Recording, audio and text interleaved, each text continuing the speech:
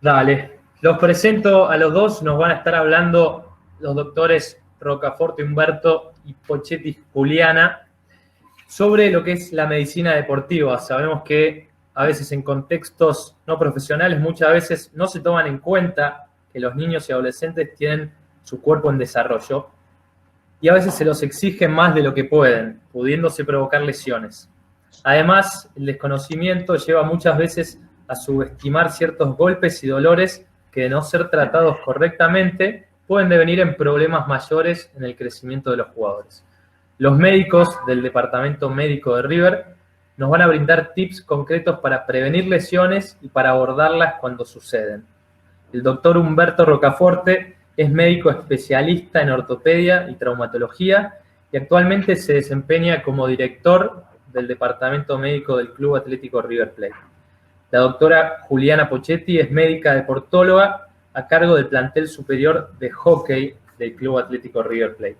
Muchas gracias, doctores, a los dos por participar de esta charla y ya voy a empezar a compartir la presentación de Humberto para largar con toda esta charla. Les recuerdo a los que nos están escuchando que pueden participar en el chat con preguntas, así yo al final los voy levantando y se las voy acercando a los profesionales. Humberto, todo tuyo. Bueno, ¿se me escucha? Sí. ¿Me escuchan bien? Bueno, Sí. buenas tardes a todos. Principalmente quiero darles una gran bienvenida a todos los que están conectados en este momento y en esta particular situación que es la pandemia, que nos obligó a todos a reaprendernos, a charlar y a conocernos más. Es un placer estar compartiendo esto y agradeciendo a la Fundación por esta propuesta, por esta invitación.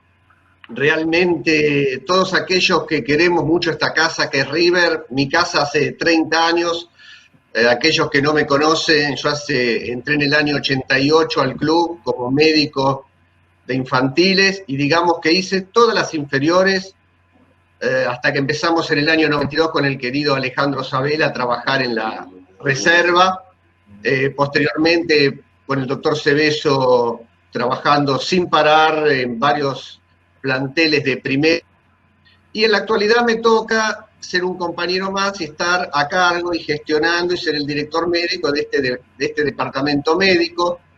Y en este momento vamos a charlar, cuando me propusieron en realidad hablar sobre las lesiones en el deporte, es un lindo desafío porque tratar en 30 minutos, la charla va a constar de 2 módulos, el primero lo voy a dar yo, el segundo lo va a dar la doctora Pochetti, tratar de resumir en 30 minutos qué decir y qué hablar sobre lesiones en el deporte y fundamentalmente a públicos heterogéneos que no todos tenemos la misma expectativa y el mismo nivel comprensivo y el mismo nivel de interés para determinadas situaciones.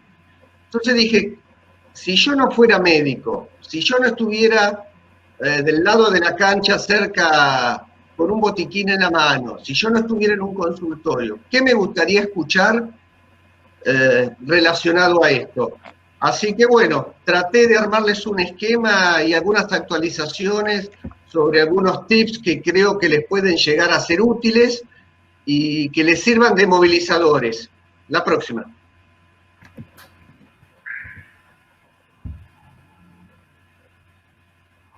Pablo, ¿pasás vos? Sí, ahí demora un poquito, se está pasando. Bueno, como dice y como se ve en el diapositivo, lesiones deportivas, vamos a empezar a decir primero qué es y dónde estamos parados. Vamos a ponerle nombre y apellido a qué es una lesión deportiva.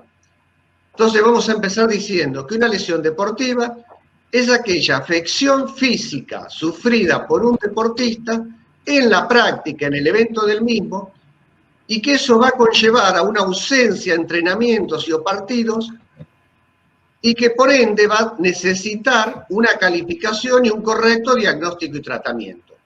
Entonces, si nosotros vemos estos 2 slides, en este que estamos viendo, un deportista que tuvo un accidente doméstico, ¿sí? Es decir, esto no es una lesión deportiva, por más que este deportista nos venga al entrenamiento en estas condiciones, es un deportista que tuvo un accidente doméstico, no es una lesión deportiva. Acá es bien clarito, lo están bien, creo que fue infracción, ¿no? En esta se está viendo. Bueno, la próxima.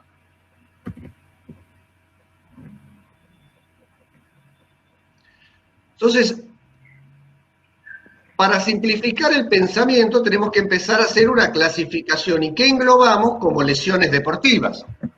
Es decir, vamos a decir que todas las lesiones que son producidas en ese gesto deportivo tienen que ser incluidas. Por supuesto, se van incluyendo las lesiones nuevas, es decir, las que se van desarrollando en el día a día. Y vamos descartando aquellas lesiones previas que ya fueron clasificadas y aquellas que no fueron rehabilitadas completamente.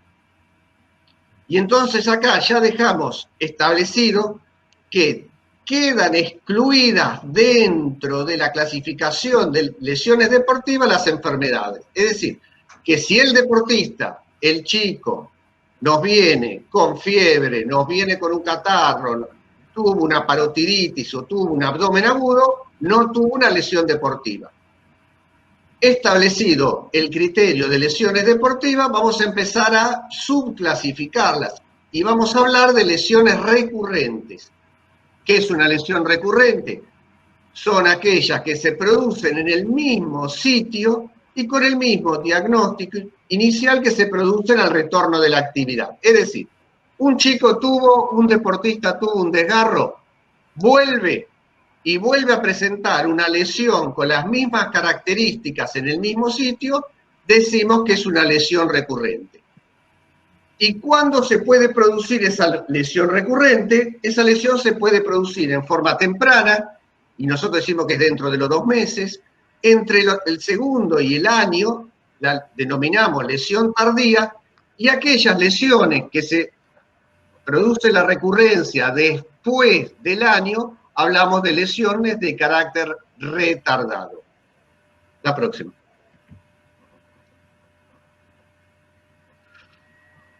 Bueno, como todo en medicina y en muchas actividades se utilizan las clasificaciones que nos sirven para simplificar. Como ustedes pueden ver, este cartel es para mostrarles la gran complejidad de tipos de deporte que existen. Y ustedes saben que hay clasificaciones muy comúnmente usadas. La que más se utiliza es clasificar los deportes según la intensidad y el nivel de coordinación en los gestos deportivos efectuados. Entonces podemos ver que hay deportes cíclicos, deportes acíclicos, deportes de característica situacional o no, aeróbicos o anaeróbicos de acuerdo al consumo energético. Pero esta clasificación desde el punto de vista médico, ahora nosotros para determinar las lesiones no nos va a servir. La próxima.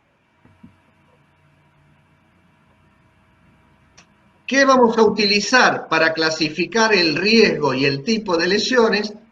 Una clasificación que fue establecida por el Comité de Medicina Deportivo Pediátrico en el año 1988, en donde con mucho criterio dividieron los deportes en base a 2 sustratos, si existía un contacto o si no había contacto.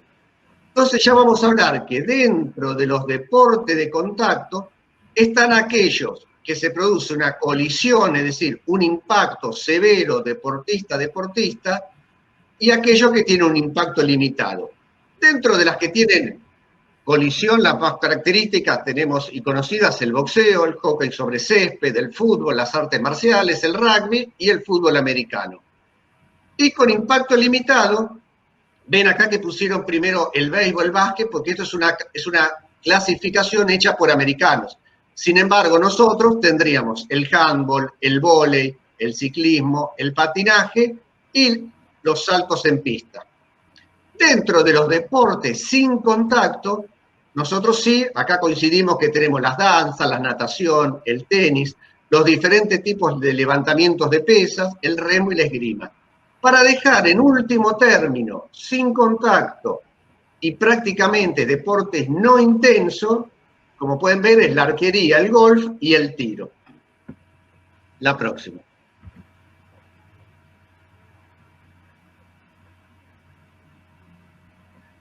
¿Cómo llegamos a tener ese registro, esa clasificación de lesiones? Fundamentalmente efectuando un exhaustivo seguimiento y un registro de las mismas. ¿Quién tiene que hacer ese registro? Lo ideal, la indicación es que lo efectúe un médico. Ese registro, que se puede hacer en forma diaria, que se puede hacer en forma semanal, que se puede hacer en forma mensual, nos va a brindar una importante información epidemiológica. Y en base a esa información epidemiológica, nosotros podemos determinar, ir pensando y delineando, desarrollando programas de prevención, ya vamos a ver, de acuerdo a la incidencia de la lesión. Entonces vamos a trabajar con esa información en la supervisión de cambios en el tiempo en cuanto a la frecuencia, gravedad y causales de las mismas. Y vamos a ver de qué manera vamos a poder interferir y trabajar para minimizar los riesgos que ya fuimos registrando. ¿Cómo vamos a hacer ese registro? Bueno, lo ideal es tener, estamos en una era digital, un software especializado. Sabemos que muchas veces no es práctico, sabemos que no es accesible y realmente tiene un costo, entonces lo podemos hacer a la vieja usanza, como cuando yo comencé, diseñando planillas en forma diaria.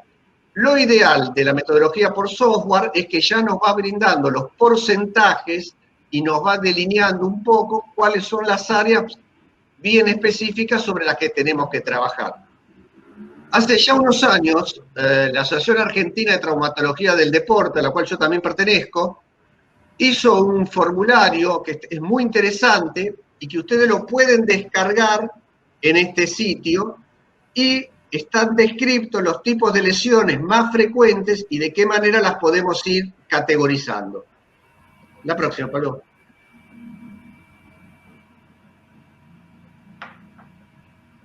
Entonces, ya empezamos a hablar de incidencia de la lesión. Ustedes habrán escuchado hablar de esta palabra. La incidencia de la lesión es el número de nuevas lesiones que ocurren en un determinado periodo de tiempo, determinado por el número de jugadores expuestos a la lesión. Es decir, que acá vamos a tener en esa cantidad de tiempo, que puede ser días, semanas, meses o una pretemporada, determinadas variables. ¿Qué es lo que más se utiliza? Utilizar 1000 horas de exposición en las cuales se abarca entrenamiento más partidos. Entonces vamos a tener una fórmula de la incidencia de la lesión basada en números de lesiones por 1000 dividido las horas totales de exposición. Acá ya vamos encontrando algo que es muy importante, que en competencia es mayor que en entrenamiento, que la incidencia de lesiones, la incidencia, la prevalencia de las mismas por diferentes factores que ya vamos a ver, es mucho mayor en competencia que en entrenamiento. ¿Y cómo llegamos a esas horas totales de exposición? Fundamentalmente conociéndose la cantidad de horas de entrenamiento y partidos de los jugadores. Entonces tenemos que llevar o bien el registro de horas de cada jugador y lo sumamos por la cantidad de jugadores que tiene el equipo, o bien multiplicando el número de jugadores por la cantidad de horas que participan por semana. Siempre tomando una referencia, o bien el año calendario, la temporada o el evento deportivo. Cuando nosotros tenemos una incidencia de una lesión, ya podemos estar pensando en algo que tenemos que trabajar y sobre lo cual tenemos que atacar. La próxima.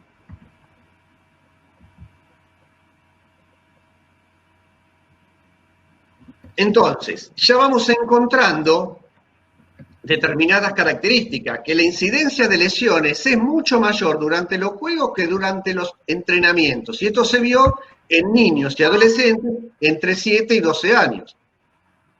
También vimos que la mayoría de las lesiones del fútbol juvenil son por eventos agudos, es decir, por contactos, por choque, y ocurren durante la competencia. Y acá vamos viendo algo muy interesante, que esto se empezó a ver en los últimos años, que las niñas demuestran una mayor incidencia que los chicos, ¿sí?, por la misma cantidad de horas de exposición que los varones. Acá les traje un pequeño resumen hecho sobre un trabajo sobre 450 jugadores de fútbol, de chiquitos, donde ya vamos viendo que las rodillas y los tobillos son la mayor incidencia y la mayor prevalencia lesional. Y dentro de las rodillas, de los tobillos, vamos viendo que son lesiones leves, es decir, esguinces, contusiones y lesiones musculares, en esos porcentajes que les estoy mostrando. Sin embargo, estamos viendo en los últimos años, por los entrenamientos más tempranos, por las sobrecargas y por la utilización de superficies que no son las adecuadas, ya la aparición de las fracturas por estrés, que es algo para tener muy en consideración en los factores a prevenir. Otra cosa que estamos viendo, y ya la estamos viendo, la vimos desde hace 20 años, aquellos que nosotros hacemos cirugía de rodilla, es la mayor incidencia y prevalencia de lesiones de ligamento cruzado anterior en mujeres. Y se atribuye fundamentalmente a factores anatómicos, bioanatómicos de la mujer, a las influencias hormonales y a patrones de activación neuromusculares cuando se realiza el gesto deportivo.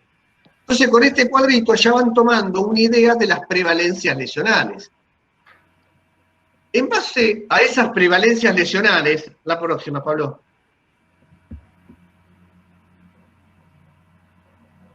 Les muestro, este es un trabajo hecho sobre lesiones más frecuentes en el básquet español, un estudio hecho por la Federación Española, fue en el equipo de primera.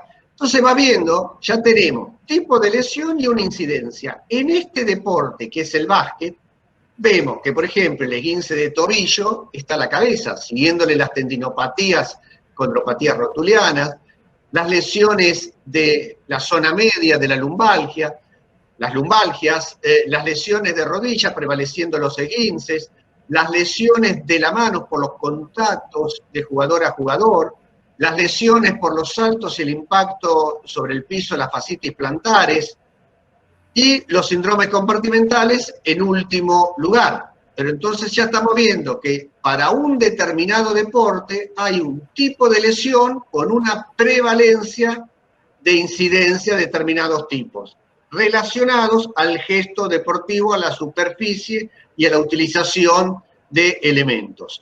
La próxima.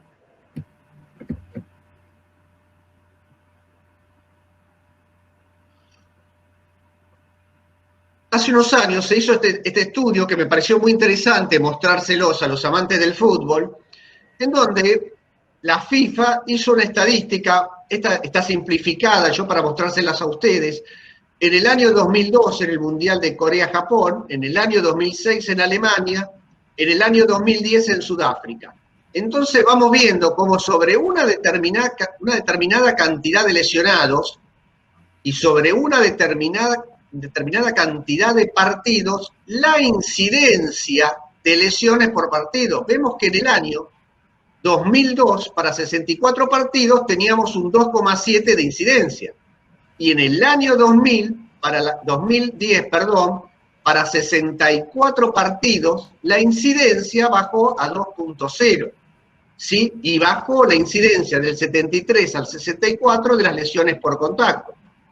Esto no es casual y esto se obedeció a determinadas conductas y políticas que ejercen las federaciones y a nivel mundial para trabajar sobre factores de prevención. Y un factor de prevención muy importante es la implementación y adecuación de las reglas y el cumplimiento de las reglas para cada deporte. Desde el año 2002 al año 2010 se bajó esa incidencia mejorando las reglas, instruyendo a los árbitros y a todos aquellos sistemas para minimizar y para penalizar las situaciones desleales. La próxima. Entonces vamos viendo cómo se puede ir trabajando en la prevención de las lesiones. Si nosotros vemos la epidemiología, las lesiones, la epidemiología en el tenis, vamos viendo que en el tenis, hacer un deporte con otros gestos y otra biomecánica, la prevalencia va a ser fundamentalmente del miembro superior, es decir, todas aquellas articulaciones que trabajan en la biomecánica del deporte, las lesiones de hombro, los impingement, los síndromes de fricciones, las conocidas lesiones de SLAP, en el codo, estamos viendo las epicondilitis mediales, laterales, en la muñeca las famosas lesiones del fibrocartílago, y llegando a lo último, la conocida pubalgia. Entonces van viendo como la prevalencia de lesiones entre el básquet y el tenis ya es diferente. La próxima.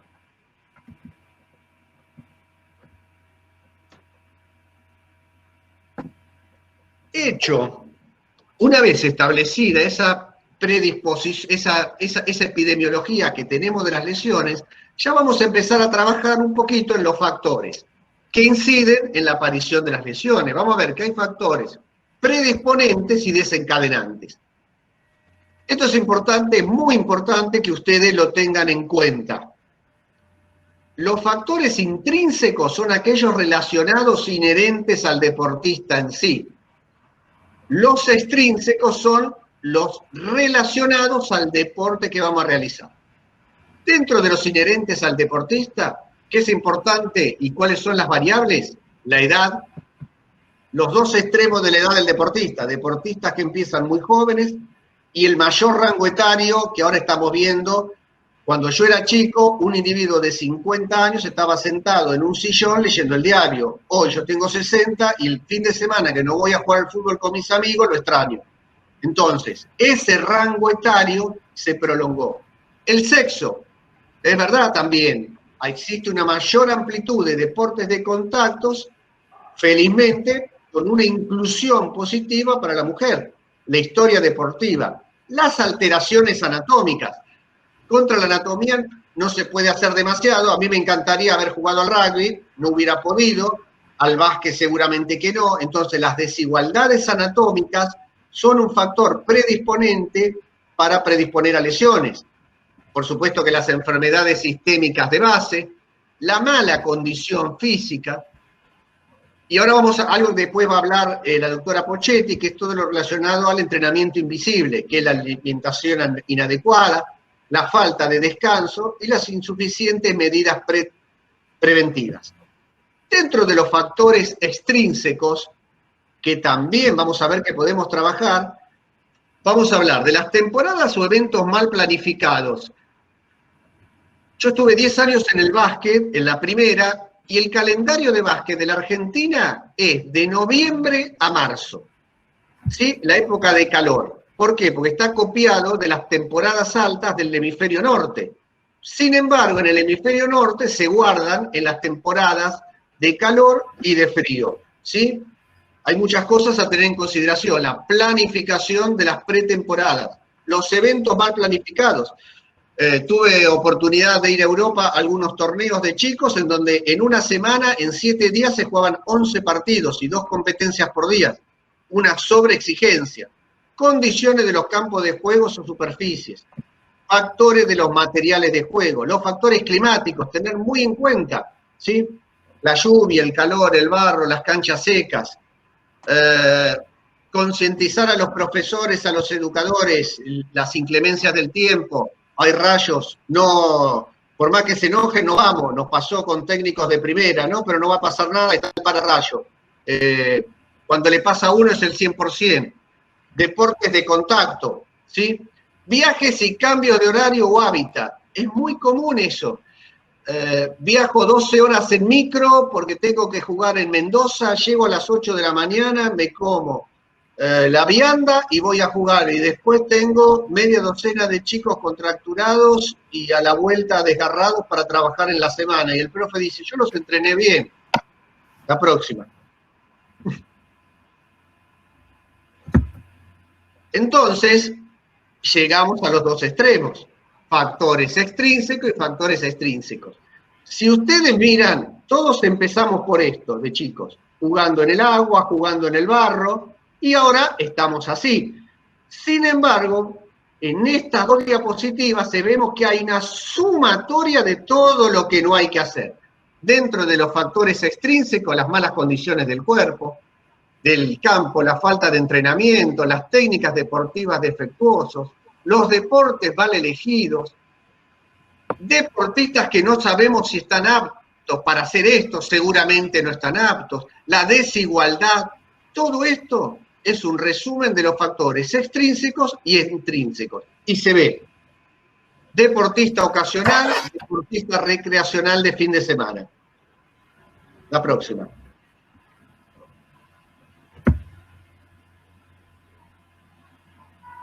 Entonces, ¿cómo podemos trabajar? Sobre los factores intrínsecos podemos trabajar, esto es muy importante, efectuar los exámenes médicos preparticipativos. Los mismos tienen que ser de carácter obligatorio, ¿sí?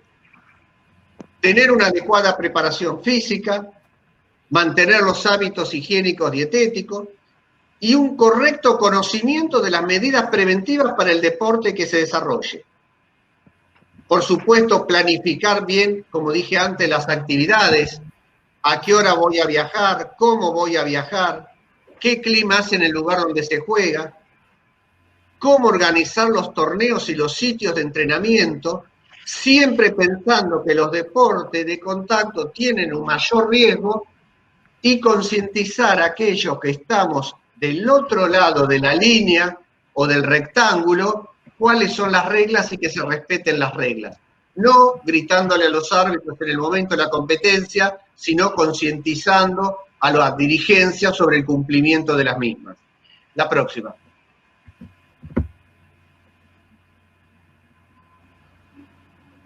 La evaluación previa a la participación es una oportunidad crítica para la prevención primaria y tiene lugar incluso antes de que el atleta, en este caso dice, toque el campo de fútbol. Esta evaluación previa no necesariamente tiene que ser el gol estándar, que es el alto rendimiento que vemos acá, donde vemos un deportista conectado con un sistema computarizado que te va a medir el biomáximo, el consumo de oxígeno, la frecuencia cardíaca, etc. Sino con esto, que la simple charla, la simple consulta con el médico de cabecera, acostumbrarnos en forma temprana, cualquier chico que va a hacer una actividad, que se haga la evaluación preparticipativa. No, pero viene a probarse, viene por 2 horas, no. Esto es obligatorio, esto hay que hacerlo. La próxima. Entonces, vamos a determinar cuáles son los objetivos de ese examen médico preparticipativo y volvemos para atrás para minimizar el riesgo de lesiones. Fundamentalmente tiene objetivos primarios, que detectar aquellas afecciones que limitan la participación. Ejemplo, el asma, inducido por ejercicio, enfermedades cardíacas o órganos únicos. Muchas veces hay chicos que tienen un solo riñón o que son esplenectomizados y no tienen un vaso o no tienen una visión de un ojo y no lo sabemos hasta que nos cuentan o le cuentan al entrenador que tienen dificultades para la compresión o el desarrollo sobre un determinado lado del campo.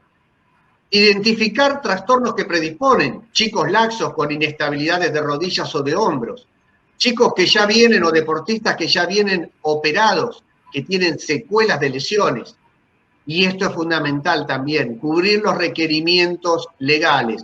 Hoy por hoy está normatizado que tiene que existir en todas las instituciones un examen de evaluación preparticipativa con 1 año de validez como mucho. Dentro de los objetivos secundarios de este examen preparticipativo es una evaluación del estado general de la salud, el asesoramiento de aspectos relacionados a la salud y valorar qué nivel tiene ese deportista en el momento que va a ingresar a efectuar la actividad. Esto se llama valorar el nivel de acondicionamiento. La próxima. ¿Qué tipos de examen preparticipativos tenemos? Bueno, tenemos 2 tipos. Los que están en deporte por ahí los conocen, si no les cuento. Son aquellos que se efectúan en un consultorio, que puede ser en una clínica, en un sanatorio, o en estaciones móviles. Todos tienen sus pros y sus contras. La ventaja del consultorio, que uno tiene existe una familiaridad entre el médico y el paciente, muchas veces el médico de cabecera, el pediatra, el traumatólogo, el deportólogo, se logra una continuidad, se puede lograr una continuidad en la atención, es decir, que ese médico lo puede recitar al deportista, y esa consulta sirve también para tener en forma más personalizada un asesoramiento médico. Pero esto tiene sus desventajas. El recurso muchas veces es limitado, no todos los deportistas, no todas las federaciones, no todos los centros, ni los clubes, ni los colegios lo cuentan, por lo tanto es un recurso limitado, de mayor costo. Muchas veces los médicos que evalúan por primera vez tienen un desconocimiento de la medicina deportiva y falta, por supuesto, la relación con el personal en forma directa de la escuela o de la institución. ¿Cuál es la ventaja de las estaciones móviles? Es decir, cuando va el grupo examinador, esto los americanos lo utilizan muchísimo, acá en algunas instituciones también, es movilizar todo el personal especializado al lugar de entrenamiento o a la escuela o a la institución. Es personal especializado, es eficiente y se justifica el costo, y existe una buena comunicación con la escuela o la institución. ¿Qué desventajas tenemos? Que el ambiente muchas veces donde se efectúa es muy ruidoso, la consulta es apresurada, no hay privacidad, y la falta de comunicación, en este caso es al revés, es con los padres y no existe un seguimiento, sino que estas evaluaciones se hacen generalmente cada 6 meses o anualmente y no permiten un seguimiento más periódico. La próxima.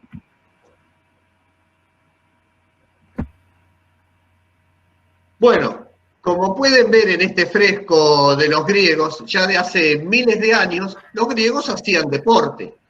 Y los griegos también tenían lesiones. Y los griegos habían pensado en una estructura en la cual el entrenador, en ese momento que era el entrenador de las Olimpiadas, los romanos de los gladiadores, etc., era el nexo entre las instituciones, era el nexo entre los atletas, entre el entrenador, y entonces acá se empezó a desarrollar, y en la actualidad existen lo que se llaman equipos de medicina deportiva. Cuando yo comencé con la actividad deportiva en el año 88, en un equipo éramos el técnico, el preparador físico y el kinesiólogo venía a veces. Hoy ustedes pueden ver en los equipos de alto rendimiento que no bajan de 15 a 20 personas el staff estable. Es decir, que existe un equipo de medicina deportiva muy desarrollado. La próxima. Y acá quiero contarles un poquito cuál es el rol fundamental en la prevención de las lesiones que tiene el preparador físico. Es decir, el preparador físico es un elemento importantísimo en esta interacción. No puede ser un idóneo, tiene que ser alguien preparado, porque ven que tiene determinadas funciones. Y esta función es trabajar en la prevención de las lesiones. Tiene que conocer de primeros auxilios, es decir, saber manejar una urgencia. Tiene la valoración y la capacidad de rehabilitar atletas a su cuidado. El médico y los kinesiólogos les pasamos los deportistas en determinadas etapas para rehabilitarlos. Es decir, tiene que tener un conocimiento de la situación. Es el nexo, es la relación entre el atleta y su equipo de trabajo. Y ahora en la pandemia ha pasado a cumplir un rol muy importante. Acá en el club hemos hecho charlas de capacitación para todo el personal con el grupo de COVID y se les explicó a todos los profesores que pasaron a ser importantísimos en esto, cumpliendo el rol de agentes sanitarios primarios. Y tienen características particulares los profes. Tienen un contacto diario con los deportistas y a su vez conocen cómo piensa cada uno, es decir, conocen la idiosincrasia, conocen cómo llegarle. Son el confidente del jugador y el entrenador. Y son los que primero identifican las situaciones que predisponen a una lesión. Vienen y dicen, Tordo, fíjese, fulanito, fíjese la situación esta, el gesto, ¿qué le parece? Es importantísimo, en resumen, el rol del preparador físico en la actualidad. Doc, ya estamos pasando la media hora, por seguir redondeando, así le dejamos un espacio a Juliana para que haga su presentación. Dale, me apuro y les cuento así. Entonces, Preparador físico en pandemia, importantísimo, hoy por hoy es el supervisor del cumplimiento de las normativas y el protocolo, ¿sí? Importante, controla el ingreso de los chicos, la circulación, la distribución, la permanencia, la forma de otorgar los refrigerios y la salida. Rol importantísimo. La próxima, Pablo. Entonces dijimos que las lesiones se pueden dividir por el mecanismo de producción en traumáticas o no traumáticas. Las lesiones traumáticas, la anterior, Pablo. Perdón. Las lesiones traumáticas son aquellas que se producen por mecanismo directo y las, ejemplo, fracturas, traumatismos, heridas y contusiones. Las indirectas son aquellas que no tienen contacto. Las lesiones musculares, desgarros, contracturas y esguinces. Hoy por hoy se ven muchísimo en poblaciones juveniles las lesiones por sobrecarga. ¿Sí? Son aquellas ocasionadas por microtraumatismos repetitivos sin un único hecho identificable. Ejemplo, tendinopatías, lesiones del cartílago, fracturas por estrés y lesiones del cartílago de crecimiento en chicos. La próxima. Esta era una clasificación, como pueden ver, de acuerdo a la gravedad de las lesiones, ¿sí? Esta se puede hablar de lesiones leves, menos de 7 días, moderadas entre 1 y 3 semanas, grave de 3 a 8 semanas y severa más de 8 semanas. Dentro de las leves, acá pueden ver un jugador con una lesión muscular, moderadas un esguince de tobillo, acá creo que a Messi ya le fueron en forma más importante, con esta importante lesión de tobillo grado 3, ¿sí? Y acá este muchacho, pobre de la selección de Francia, ustedes se acuerdan, hizo una fractura doble de pierna expuesta, ¿sí? Que le llevó casi un año volver. La próxima. No olvidarnos que el crecer no duele. En chicos y adolescentes, dolor de ambas caderas, muchas veces hay enfermedades encubiertas que hay que pensarlas. Si uno no piensa en las cosas, no las va a encontrar. Necrosis de cabeza femoral, ejemplo, sí, en la enfermedad de Pertes. Chico con dolor en el talón, no pensar que solamente es por usar mal calzado, que no es solamente por no usar plantilla, que no es solamente por el terreno inadecuado, pueden tener lesiones óseas. En este caso, chico con dolor persistente, radiografía de talón del huesito del calcáneo, ven la imagen radiolúcida, importante, quiste óseo aneurismático de resolución quirúrgica. Esto quiero que les quede claro a todos ustedes, no es para tener miedo, sino para pensarlo. La mayor parte de las lesiones deportivas en chicos y adolescentes se producen en la rodilla. La mayor incidencia de tumores en los chicos se producen en la rodilla. El 50% de los tumores malignos de rodilla son tratados en forma incorrecta y muchas veces el chico que le atribuyen que le duele las rodillas porque está creciendo, cuando le hacemos una radiografía nos llevamos esta sorpresita, ¿sí? Imagen radiolúcida, tumor metafisario maligno de rodilla. Por eso, control exhaustivo y los exámenes preparticipativos y seguimiento. La próxima. Entonces, voy a terminar con esto. Decimos que ¿cuándo puede volver un deportista? El alta médica, la autorización médica al retorno luego de una lesión. ¿Quién le da el alta médica? Nosotros, los médicos, el profesional tratante. Por lo tanto, la misma, cuando se la damos, tiene que ser explicada en forma clara y precisa. Generalmente existe un tiempo lógico, no exacto, del alta. ¿Cuánto me va a llevar? Medicina 1 más 1 no es 2, no existen 20 días para un desgarro, pueden ser 18 como puede ser 30. Existen, sin embargo, protocolos establecidos para cada tipo de lesión y parámetros que nosotros vamos a seguir relacionados a la evolución y fundamentalmente a la experiencia que nosotros tenemos en el campo que estamos trabajando. La próxima.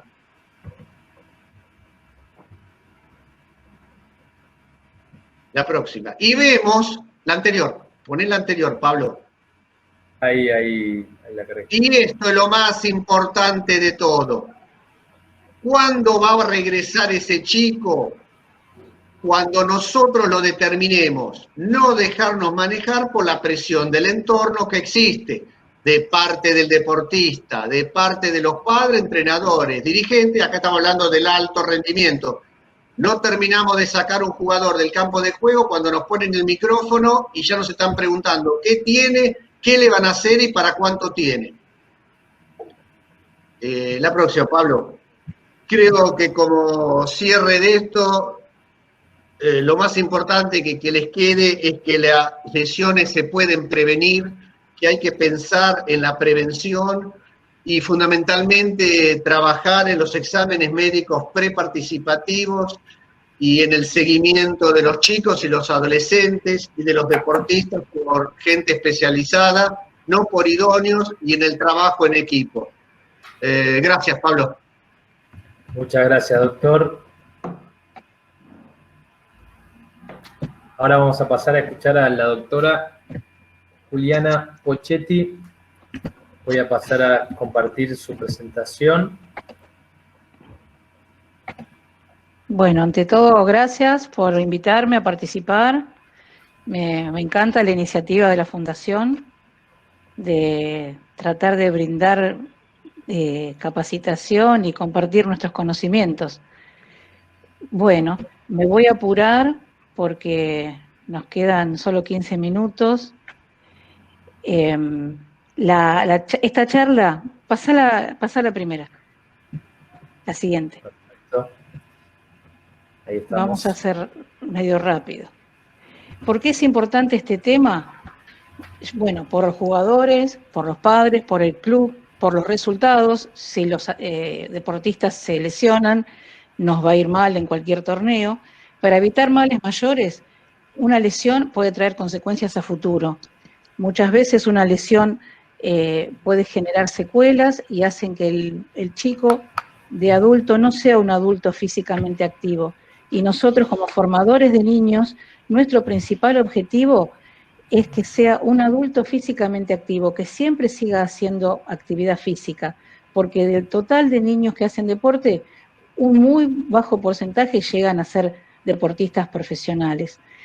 Y en último lugar, la responsabilidad civil que nos cabe en una institución deportiva, un chico que representa, que lleva el nombre de nuestro club, si sufre una lesión por un descuido, una lesión que podía haber sido prevenida o una lesión grave, podemos tener un problema legal en la institución. Pásame la siguiente. ¿Qué podemos hacer? Bueno, los factores que predisponen, más o menos recién los nombró el doctor Rocaforte, solamente prestar atención a lo que es el entrenamiento en cuanto a la preparación física de las principales capacidades motoras que evitan lesiones, como son la flexibilidad, la coordinación y la fuerza. Tener en cuenta enfermedades previas, como él muy bien dijo, y acá quiero agregar algo. Es muy importante que sepamos que un chico que tuvo fiebre, no ese día, que tuvo fiebre el día anterior, no puede ir a jugar ni a entrenar. Y no vale tomarse un antitérmico en la mañana o un rato antes y ir a entrenar. No, porque puede haber complicaciones. La fiebre es por algo, la fiebre marca que estamos enfermos. Y a las 12 horas, a las 6 horas no estamos curados. Aparte del entrenamiento físico y motor, encontramos lo que llamamos el entrenamiento invisible, que implica nutrición, hidratación y descanso. Nutrición, ya han tenido charlas de nutrición hoy. Descanso, ahora en pandemia, es muy importante preguntarle a los chicos si están descansando lo suficiente y en horarios nocturnos. No es lo mismo dormir de noche que de día.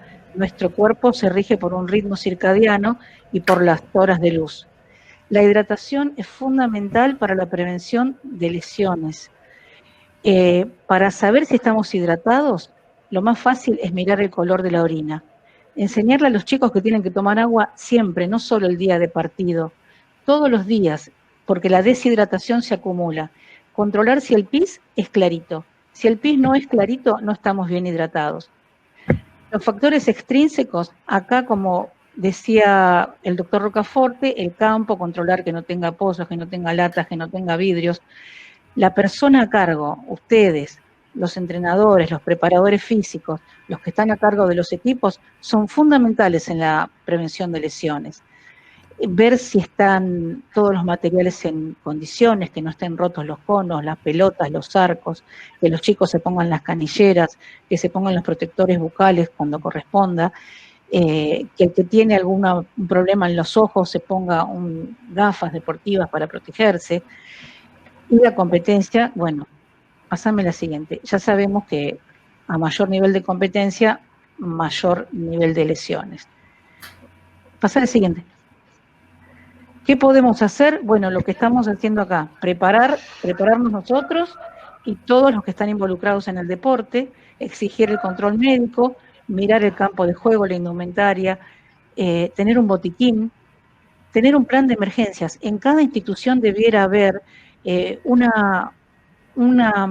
plan de emergencias, ver quién se va a ocupar de llamar a la ambulancia. Ahora, con el retorno al deporte post-COVID, una de las indicaciones es que haya un responsable de salud. Y eso debiera ser siempre.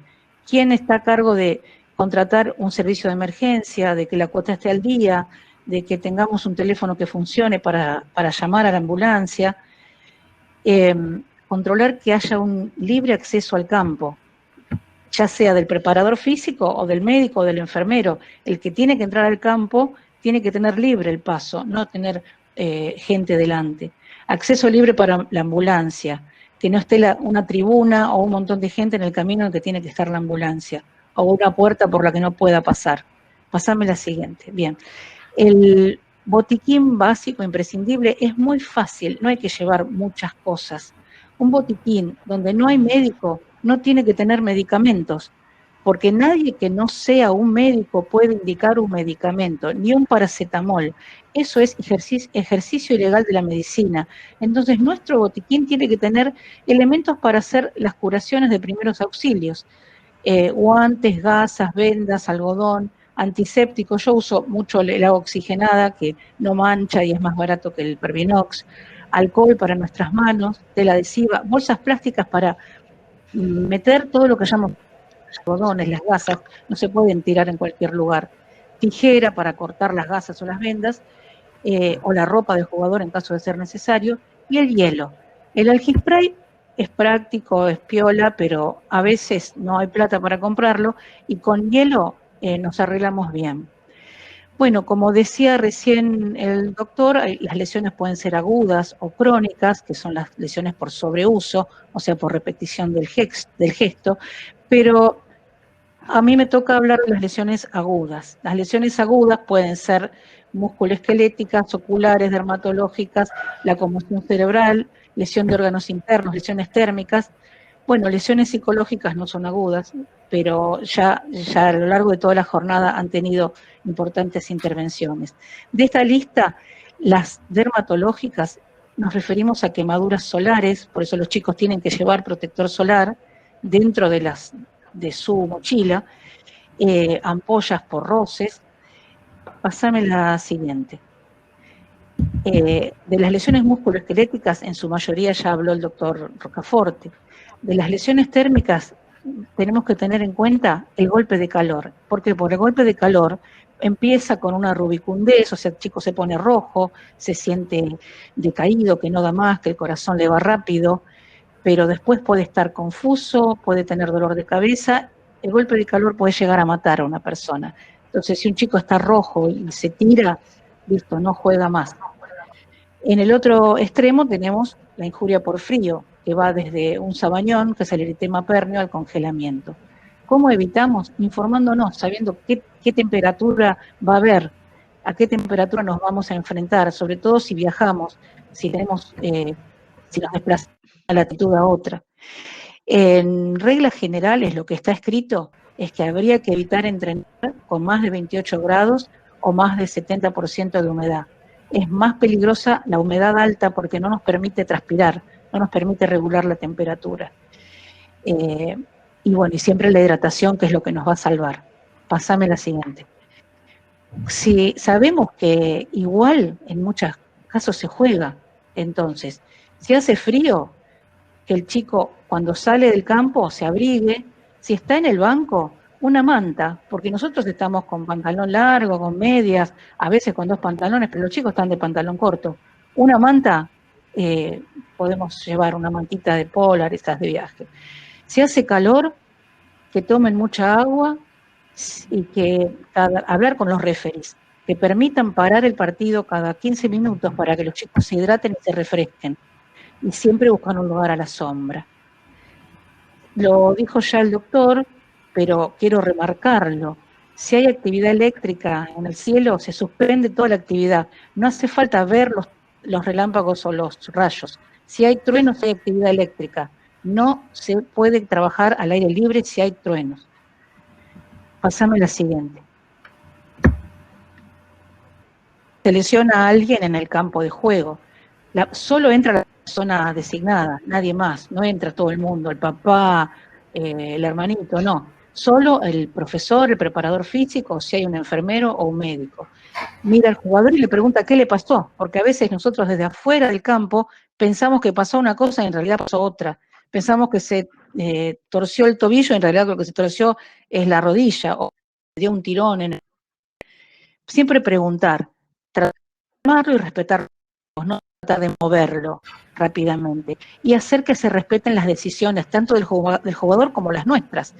Enseñarle a los chicos que tienen que respetar las decisiones del médico que entra o del enfermero que está y el referee, enseñarle a los chicos que respeten las decisiones del médico y del referee. Pasame la siguiente. Evaluar la lesión, dice. ¿Cómo? Primero, está el chico tirado, nosotros entramos corriendo, ver si está consciente, si está despierto. Si no está despierto, si está inconsciente, ver si respira. Si no respira, tomar el pulso. Lo más fácil es acá, justo abajo del ángulo de la mandíbula, pasa la arteria carótida, el pulso carotidio. Bueno, ya ahí si no respira, pasamos a otro protocolo que es el de RCP. Ver dónde está la lesión, ver si hay sangrado. Si hay sangrado, la norma es comprimir. Donde sangra hay que apretar para que pare el sangrado. O si hay una posible fractura. Pasame la siguiente. Las lesiones pueden ser en distintos lugares del cuerpo. En el cráneo las pongo en primer lugar porque son las que más consecuencias nos pueden traer. Ver si la lesión es importante o no, para evaluar la gravedad. Si está tirado el jugador o está confuso, no moverlo. Si él dice que está mareado o ve borroso, cualquier signo de que el trauma ha sido importante, llamar a emergencia y no moverlo. Bueno, pasame la siguiente. Si el jugador estuvo mareado, confuso, borroso, aunque sea un momento, aunque sea unos segundos, que te dice, no me acuerdo, ¿qué me pasó? No vuelve a jugar, no entra. Y ese jugador va a reposo deportivo. Si es un adulto, 2 semanas. Y si es un niño, 4 semanas. Hay protocolos que siempre llevan la delantera en esto, los de rugby. Hay protocolos escritos por la Unión Internacional de Rugby, que está muy bueno entrar a la página, incluso en Argentina de la UAR, para enterarse de los protocolos de conmoción cerebral, que están muy buenos para todos los deportes. Pasame la siguiente. Lesiones en la columna que van desde el cuello a toda la columna. El jugador quedó tirado, no se lo mueve, por ningún motivo se lo mueve, y llamar a la ambulancia. Pasame la siguiente. No hay nada que sea más importante que la salud, la integridad del jugador. Si el jugador está tirado en el medio del campo, se lo deja ahí, se suspende el partido hasta que venga la ambulancia y lo movilice. Nosotros, si no está capacitado, puede movilizar a un jugador, tratar de subirlo a una madera, a una mesa para que sigan jugando. Lo más importante es la integridad de ese jugador. Pensar que si lo movemos mal, podemos dejarle un daño permanente y grave para toda la vida. Pasame la siguiente. Las lesiones, bueno, como ya dijimos antes, pueden ser abiertas o cerradas. Si son abiertas es porque hay un sangrado. Cerradas, las hematomas, luxaciones, esguinces. Pasame la siguiente. En las lesiones cerradas, la premisa es esto: reposo, hielo, compresión, elevación. Estas 4 cosas, si se hacen en una lesión cerrada, van a hacer que la lesión evolucione mucho mejor y más rápido. Vendarla, apretarla, si tenemos una venda elástica mejor, ponerle hielo y levantar. Ponemos el pie porque es lo que más comúnmente se lesiona en la mayoría de los deportes. Reposo, hielo, compresión y elevación. Bueno, esto igual les va a quedar, pero es algo que no se tienen que olvidar. En lesiones abiertas, siempre usar guantes, no usar algodón, sino usar gasa, no poner polvos, no poner cremas, identificar dónde sangra, lavar y comprimir. Siempre que hay sangrado, comprimir, cubrir con gasa, vendar y elevar. Levantar el miembro para que sangre menos. Pásame la siguiente. Si lo que sangra es la nariz, no sonar la nariz y apretar 10 minutos. Si no para, apretar otros 10 minutos. Si no para, llamar a la emergencia. Si paró, ponerle un algodoncito, una gasita y que se quede ahí sentado en el banco mirando el partido.